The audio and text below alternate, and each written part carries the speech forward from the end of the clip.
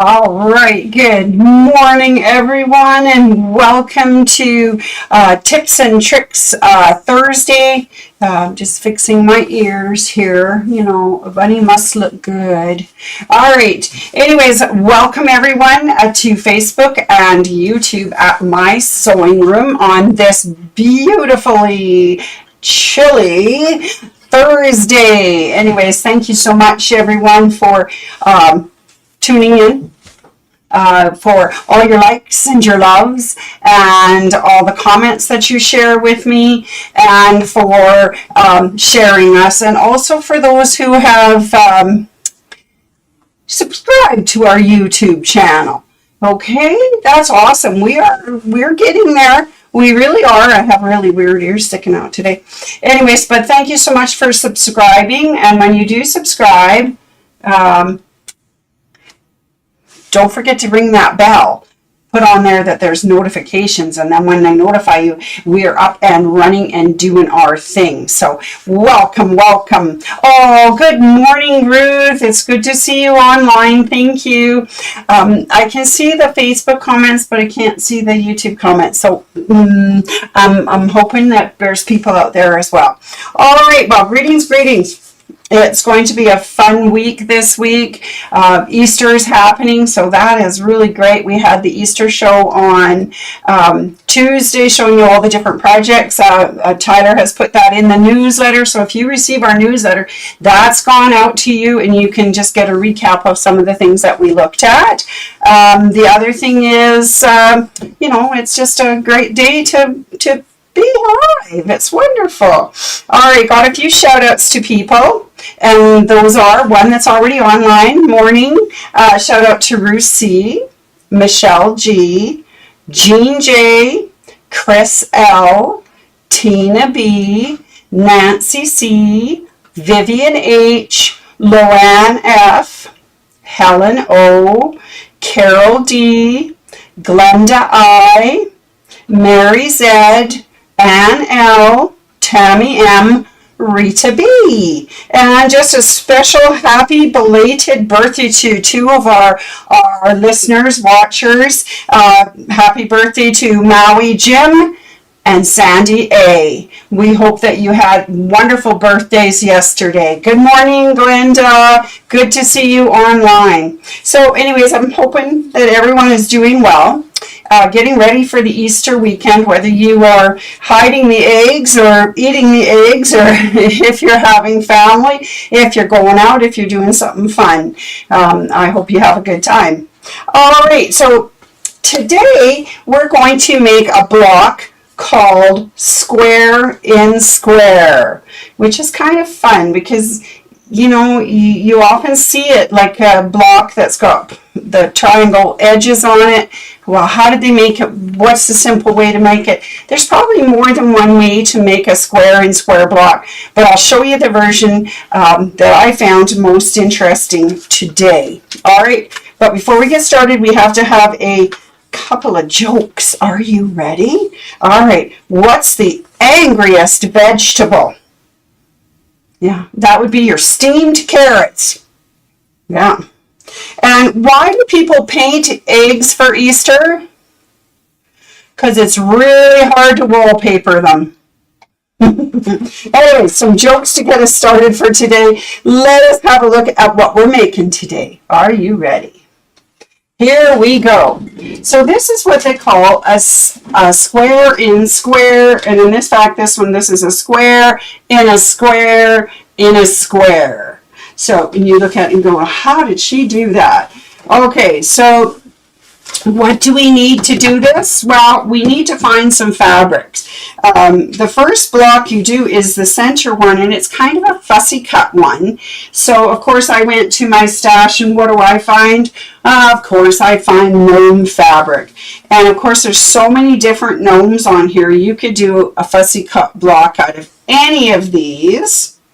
And then I thought, well, what goes with this? Well, of course, the black and the yellow pop right out. So I thought, well, wouldn't setting triangles in black and then some in polka dot looked really cute for this? So I first off picked out some fabric. And then I needed to have a ruler, and a square.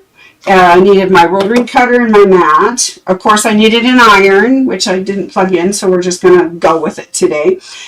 Pins, scissors, a couple of different kinds, marking pencils, and some thread. Now, this is the thread that was here. I used an off-white piecing thread, so you don't see it. Athena is a really nice 60 weight piecing thread, which would be really cool. I got some clover markers here that we're going to use, and I bought a variety because you never know what fabric it is that you're working on. For instance, the blue I found did not show up on the black. The white was great, but the white didn't really show up, so we had to put the blue on. So a couple of different markers depending on your colors that you're going to make. All right, so those are the necessities other than your sewing machine and a 1/4-inch piecing foot. Are you ready? Okay, so let's get started on making a square in square. And I'll just set that up there out of the way so that we have it, but it's not in our road. So the first thing you do is you're going to cut 2 blocks exactly the same size. The first one being your fussy cut block. And I fussy cutted, this one was the little guy with the polka dot hat. This one I did had the yellow hat with the polka dotted outfit. Love those gnomes. Anyway, so there's that. And then this was the black. This is the first block that I want to add to it. So you make them exactly the same size.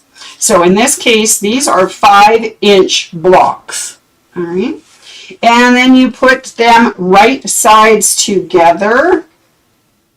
And you are now going to sew all along the edge, a 1/4 inch, hit the corner, go down 1/4 inch, 1/4 inch, 1/4 inch. So we're kind of like making a closed box. So when you sew it, it's going to look like that. So there it is, sewn 1/4, 1/4, 1/4, or as close to 1/4 as I could go. Now what I'm going to do is I have to open this up because that's kind of a boring block if you don't do something with it. So what we're going to do is we're going to use our marker, and I'm going to use the white one so that it shows up. And I'm going to mark diagonal lines on here, corner to corner, point to point, because we're going to cut those. So, and this clover marker, if you run it down there and then just wait, it darkens. It should get bolder. I'm hoping you can see. I wonder if I can get a close top zoom. Do you think top zoom is working? Let me push that button again. Top zoom. No, I guess that was top zoom. There we go. There we go. Now I got a top zoom. So I made a diagonal line there. And I'm going to make one on this corner as well, from corner to corner where those stitching marks were. And again, I'm marking white because you can see it on the black. And you don't have to really worry because this is the back side of the block. So you can see the nice light line now. Good. So then what I'm going to do, and this is the hardest part, is I'm going to try and separate these 2 layers of fabric. Like that. I'm going to make sure the back one is out of the way. I'm going to fold it on that one diagonal this way, and then I'm going to snip going this way. So get my little scissors, and I just go trim a hole. Okay, open it back up. There's my hole. And now I'm just going to very carefully cut along that line we drew all the way to the end. And I bought a second pair of scissors with me because I found these ones did not have as sharp a point as you might like. So I would recommend something like those little stork scissors that we have up front, or the Mary Kay Buckley scissors that are serrated right to the very, very edge, because you need to clip right to that seam line, but not through it. So I'm just opening up our little square, cutting our triangles, and then I'm going to use my dingers, because my dingers are really sharp. But they're a little too big to get into that hole. So I'm just going to use them to snip right to the corner because they're nice and sharp. But I think the little Mary Kay Buckleys or those little stork scissors would do an admirable job getting right to that corner without cutting the seam. All right.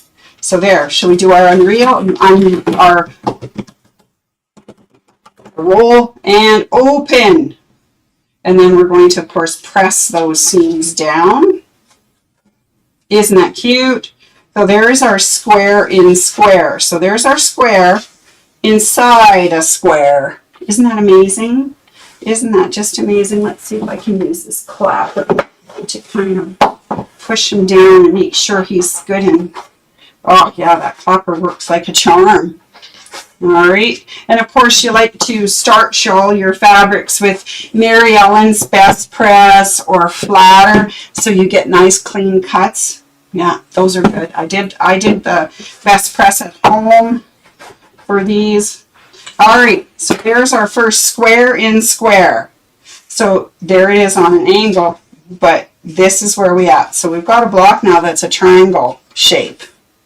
So what we need to do now is to pick that fabric that we really, really liked for the next square. And your square needs to be cut the same size as your block. And I was doing this at home. Let's see what this one measured out to be. It wasn't quite 6 inches. This one turned out, oh it is, sorry. This one turned out to be just under 6.5 inches.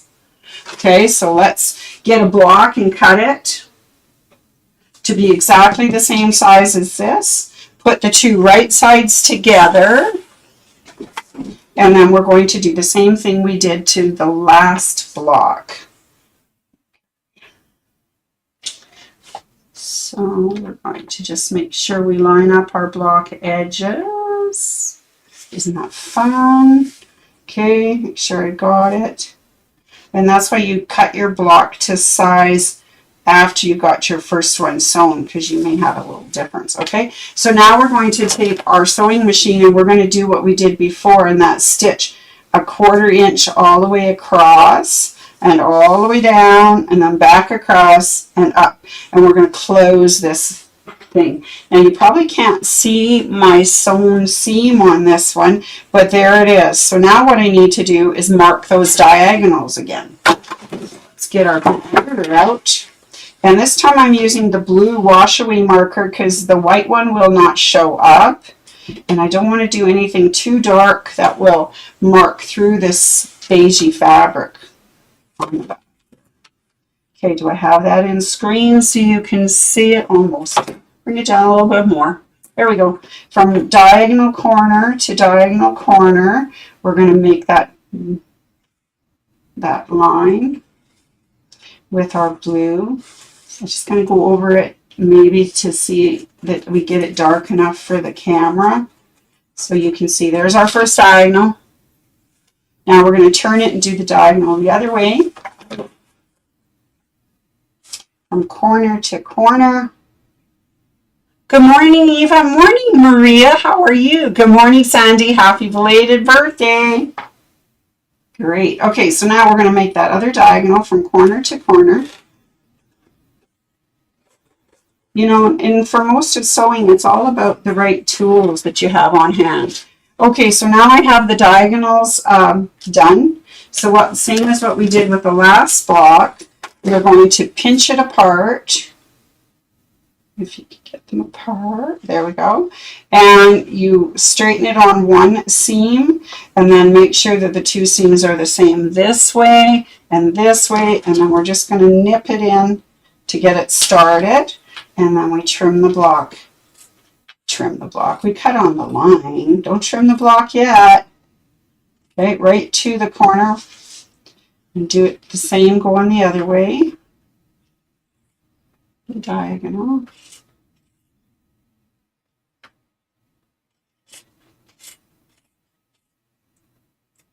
Okay, and then I'll do the other diagonal. Trim right out to the stitch line, but not through it. All right, perfect. And this way as well. And as I say, these scissors are great for nipping and getting in there and being all small about stuff. But my gingers are really sharp, so I just want to make that final little cut with the singer point, or the ginger point, sorry. And there. right to the corner without cutting the stitch. All right, beautiful. And then again, we're going to now press this open. So now we have our square inside a square inside a square. Isn't that kind of cool? Yeah, so let's zoom back out for just a second so you can see that block. Isn't that fun? It is so fun. Anyways, so that is the square in the square method. The next one is if you have another color, maybe you want to repeat your black again. You could put now a black triangle on top of that, black square on top of that, and do the whole process over again, and you would end up with then black corners at the corner, right? So you get something like that. That would be cute. Black on black again. Anyway, so that is how you do a square in square. You can start this block with any size of block as long as the first two are the same size. And then once you've got this created and trimmed it to what you like, pressed it open, you take your next fabric and make a block that's exactly the size of the one you have just put together. And you just keep doing that and making it grow until you have block after block after block. And it is the cutest. Very cute. All right. Sweet. Anyways, that is a square and a square. I just wanted to show you that little technique, a little tip. But then I want to talk to you more about Easter stuff. Yes, let's go over here and get out of this and move to the front. My stool is rolling. There we go. Hi again. Here I am. All right. So, hey, you guys, how can you tell when which rabbits are getting older? Yeah, you look for gray hair. Yeah, I know. Okay, and what kind of beans never grow in the garden? Jelly beans. I know. One more really bad joke. Are you ready? Okay, which side of the Easter Bunny has the most fur? Well, the outside, of course. That's right. I love those Easter jokes. Okay, everybody, just want you to know that tomorrow my sewing room is closed. That is our stat holiday for the store. So we are closed April 18th, which is Friday, Good Friday. So that is the day that our shop is closed. We are open regular time on Saturday, 10 to 6, Sunday, 11 to 4, and then Monday, Tuesday, Wednesday, Thursday, Friday, Saturday, next week it's 10 to 6. So we're only closed on Friday, April 18th for Good Friday. So that's what I got to tell you. All right, so for this rest of this week coming up, on Saturday, Anne is starting her quilted jacket class. So for the 3 people who are in it, I'm so excited to see what fabric you pick and how you end up writing it out and stuff. So I'm so excited. I think that would be fabulous. So that starts at 10:30. Doors are open, as I said, at 10 on Saturday, so you can come on in and get started. The other thing, I guess that's it for this week. Now, looking forward into next week, if you're wanting to do a little volunteering, we have Giving Tuesday on Tuesday the 22nd. It's for the So Powerful Purses group. They make purses for young people to carry their supplies to school in. And it's really a worthwhile cause. It's absolutely wonderful. So anyways, that is my story for that. The other thing that's happening next week goes along with this month's theme, which is Serger Month. Bernina has decided that April is Serger Month this year, so they have a whole bunch of sales going on for sergers.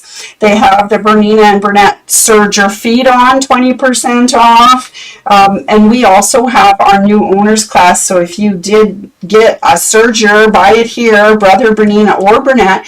The class is next week. It is Thursday, April 24th. And Friday, April 25th. So if you want to register, you can do it, I think, online at our store, mysewingroom.ca online, or you can come into the store and visit me, or you can phone 403-2 252-3711, and we can get you into that class. All right, so Bernina's got the big sale, Brothers got the big sale. It's their 2025 spring guide, gift guide. It ends May 31st, so it's kind of a long running one, whereas Bernina's Spring into Savings sale ends on the 30th, April 30th, and so do the Quilting Feet, April 30th. So that's all the good stuff. What else? I think that's pretty well it for us for this week. And I really do appreciate you coming on and saying hi. And I want to wish everyone a very happy Easter.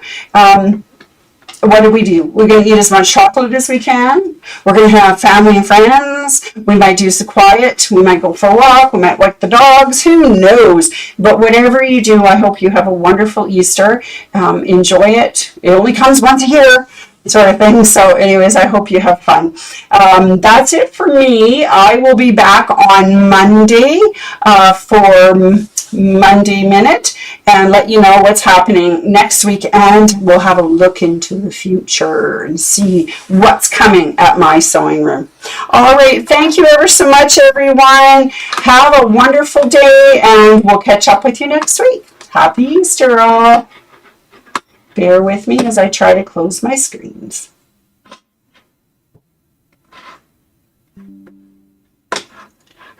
Yes, yes. Yes, yes. Okay, ending.